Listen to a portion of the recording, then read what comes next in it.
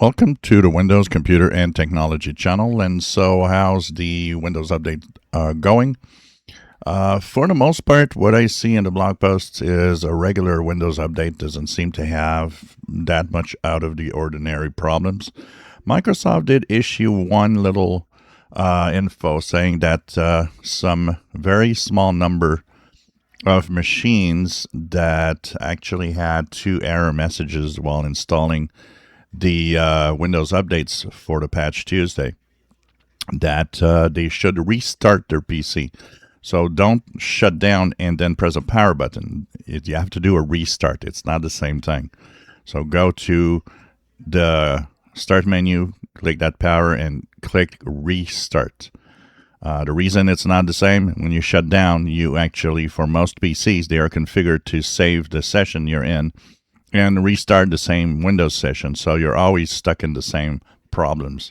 A restart actually erases the session you're in and just starts a fresh new Windows session, which is very different. And Microsoft says that for the most part, those that were having the error messages, it works fine after you do a restart. So if you have an error, if you have a problem installing, both on Windows 10 and Windows 11, do try this first. Restart, and once it restarts, try the Windows update again. There's a good chance it's actually going to work. And this is valid for so many problems in Windows, because when the sessions stay the same all the time, they could, get buggy over time. So by doing a restart, you just restart a fresh new Windows session, and often fixes a lot of issues that people might have. So it seems to be going well. I know some people wait several days before they actually install these updates because of the problems that could arise in some cases. I don't have any Windows update problems in ages on all of my PCs, and most people don't. It is a known fact that the majority of Windows update problems are caused by the user themselves, or a Windows install that has problems, and sometimes software. And so this actually should, for most people, work fine, and should be okay.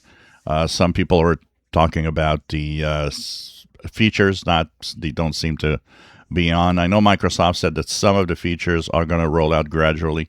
This is something that I hate, and that a lot of people hate. They are supposed to change that and eventually have everything. So if you don't see your PC being faster with the low latency profile, things like that, it's possible that it's not turned on yet, that it's going to turn on over a certain amount of time.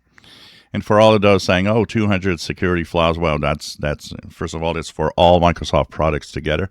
Second of all, if you'd look at how many security flaws are fixed in Linux and Mac OS, it's in the dozens and dozens and dozens.